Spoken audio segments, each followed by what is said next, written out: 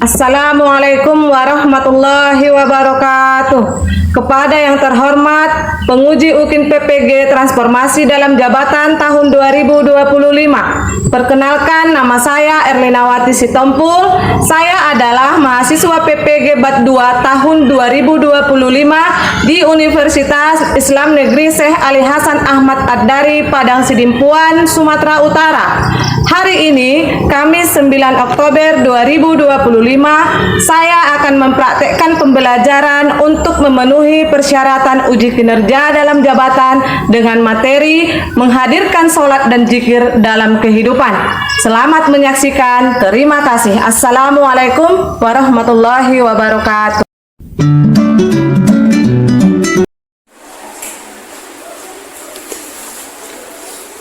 Assalamualaikum warahmatullahi wabarakatuh. Waalaikumsalam warahmatullahi wabarakatuh. Apa kabar semuanya anak-anak?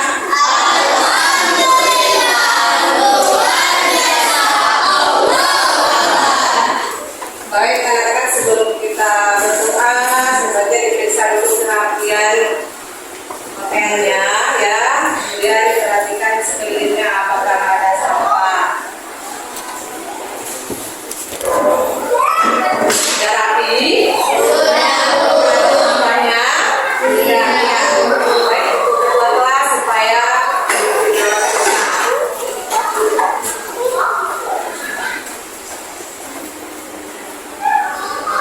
kita berdoa.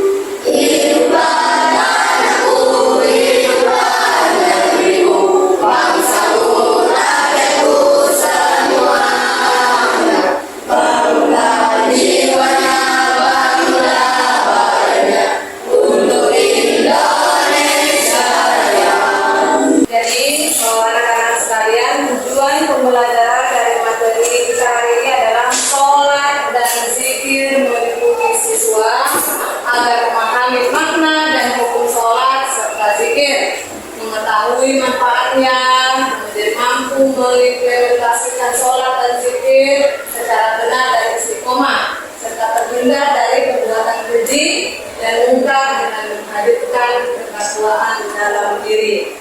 Jadi sebelum kita lanjut ke materi, Ibu ingin bertanya dulu, ya, apa itu sholat? Sholat adalah bahasa adalah doa. Sedangkan secara istilah sholat adalah ibadah yang terdiri dari desakan dan perbuatan tertentu yang diawali dengan takbir dan diakhiri dengan salam. Iya, berikan tepuk tangan kepada teman. Kemudian apa itu zikir? Siapa yang menjawab?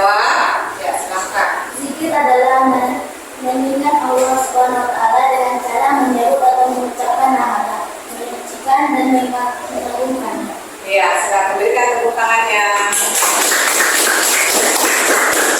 Kemudian di dalam sholat ini ya ada hal-hal yang penting dilaksanakan apa saja. Tadi itu di sini ada 5 dia kan manfaatnya. Apa yang pertama?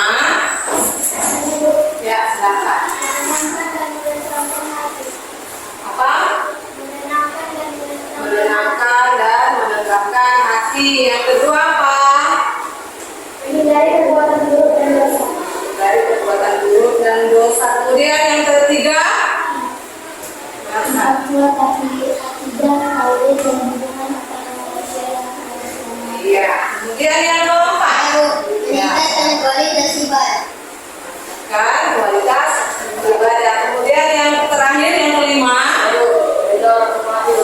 dorong semangat hidup baik. Tahan dulu kepada teman-teman yang nah, kita akan membahas pertama itu adalah sholat. Pengertian sholat adalah ibadah yang dilakukan dengan gerakan dan bacaan tertentu untuk berkomunikasi dengan Allah Subhanahu wa Ta'ala.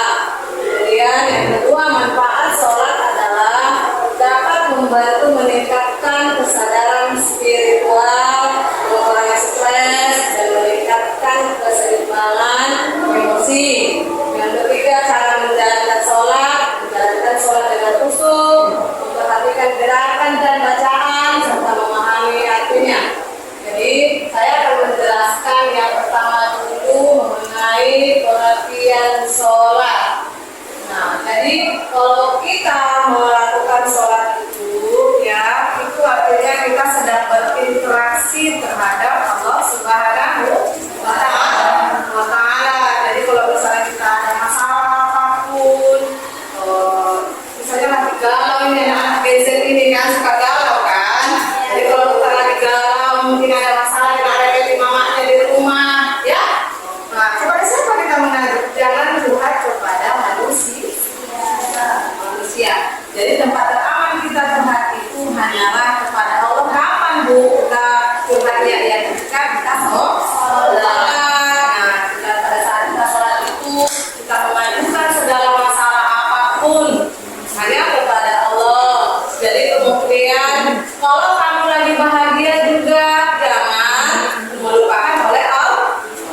Tetap bersyukur dan menjalankan sholat. Jangan hanya karena ketika ada masalah aja baru ingat sholat. Tapi kalau lagi bahagia nggak ingat sholat, ya.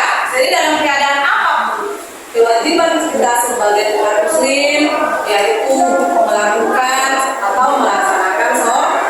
Jadi kewajiban sholat itu sampai kita sakaratul maut pun, sampai nafas kita di sini kita tetap wajib untuk melakukan sholat. Jangan kalau misalnya lagi sakit nggak bisa sholat, malah sholat. Aduh aku alergi air misalnya, aku alergi air Bu, nggak bisa sholat. Tidak, ada jalan yang lain. Caranya apa? Yaitu istirahat. Tayamum tayamum. Jadi pengganti apa? Pengganti wudhu itu adalah tayamum.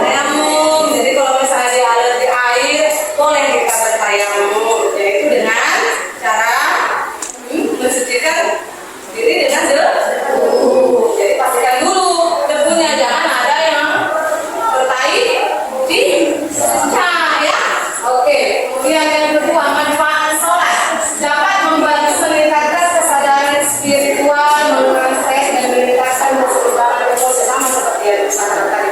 Di balik itu kewajiban kita, sholat itu adalah bisa mengurangi stres, ya, menyeimbangkan emosi. Di balik itu juga kita boleh mengucapkan istighfar, ya. Kalau misalnya kita lagi emosi nih, emosi itu kan sering diiringi dengan datangnya setan, sehingga kita mengucapkan kata-kata yang tidak layak, ya. Maka oleh karena itu kita segera mengambil air wudhu, ya. Kalau memang sudah waktunya sholat, kita segera ambil wudhu, kemudian melakukan sholat. Dengan sholat kita bisa apa? Bisa membuat diri kita lebih tenang, ya. Nah, kemudian di balik itu juga sholat itu adalah sebagai fondasi Katanya kalau rumah itu berapa biasa sih? Pondasinya Kak? Ya, berapa jalur? Kita buatlah misalnya 5. Satu di kanan ya kan, satu di tengah. Kalau kamu tidak sholat subuh, berapa pondasinya?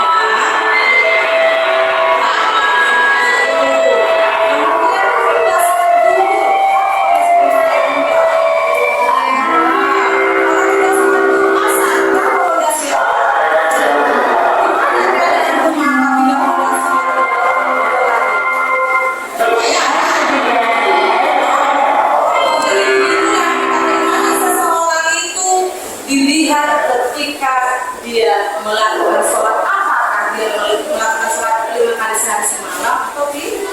Jangan hanya wanita tetap memakai kerudung menutup aurat tapi tidak melakukan sholat, itu tidak boleh. Jadi yang kedua-duanya ini harus balance, harus seimbang. Di balik kita menutup aurat sebagai perempuan, kita juga harus sholat. Karena ketika kita meninggal nanti, amal yang pertama dihisab oleh Allah Subhanahu wa Ta'ala itu adalah sholat. Jadi kalau misalnya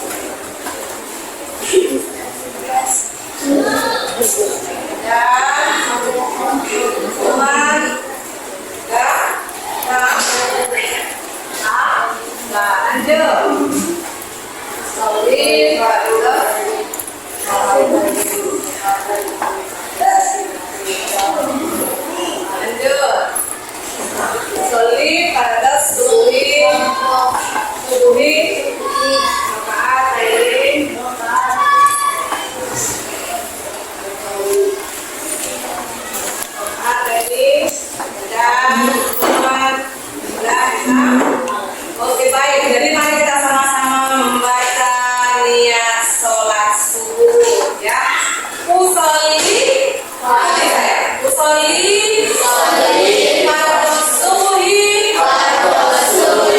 raka'ataini mustaqbilal qiblati ada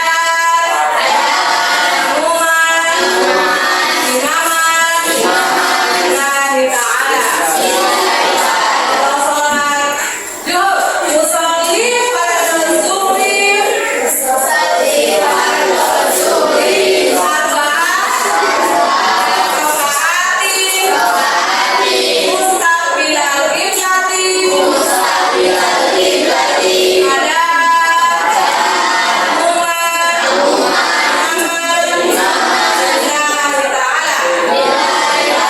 kalau sholat asar, usolli fardhu asri arba'ati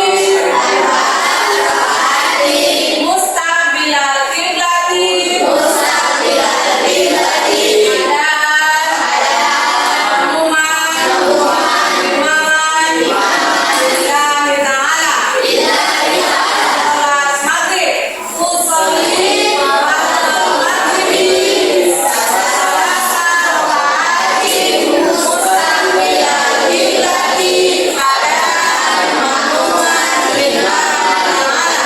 kalau sholat isya, usolli fardhu isyai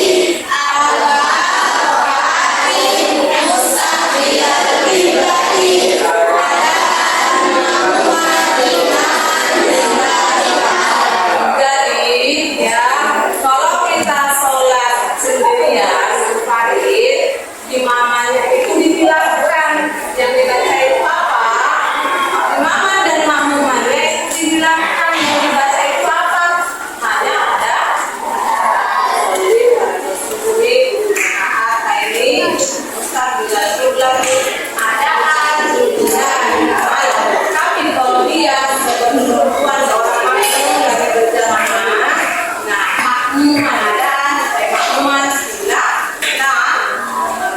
kalau sholat kalau dia jadi imam sebagai seorang laki-laki dia tidak bisa digunakan makmumannya menjadi imam.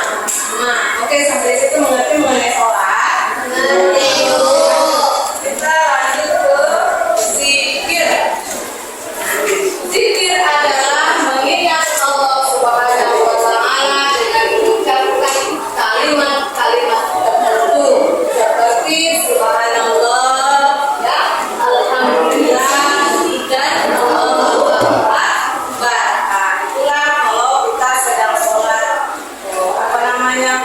sholat fardu, ya, yang ketiga ini dibacalah berapa kali Bu? Kalau misalnya Subhanallah itu paling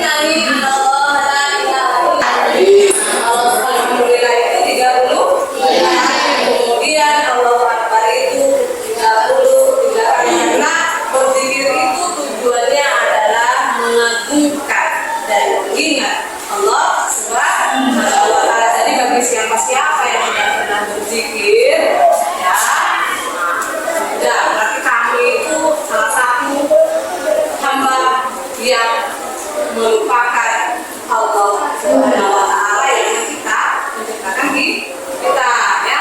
Ada yang sudah yang tidak pernah berzikir sama sekali. Nah, semua sudah pernah berzikir, ya. Kemudian manfaat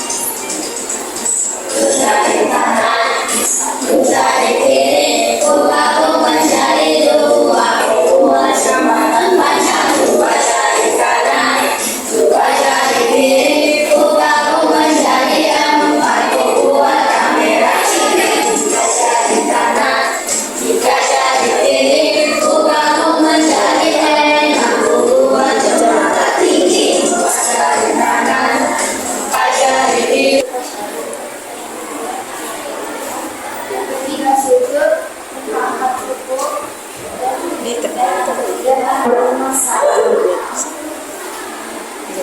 Ada yang kanan. Ada teman-teman yang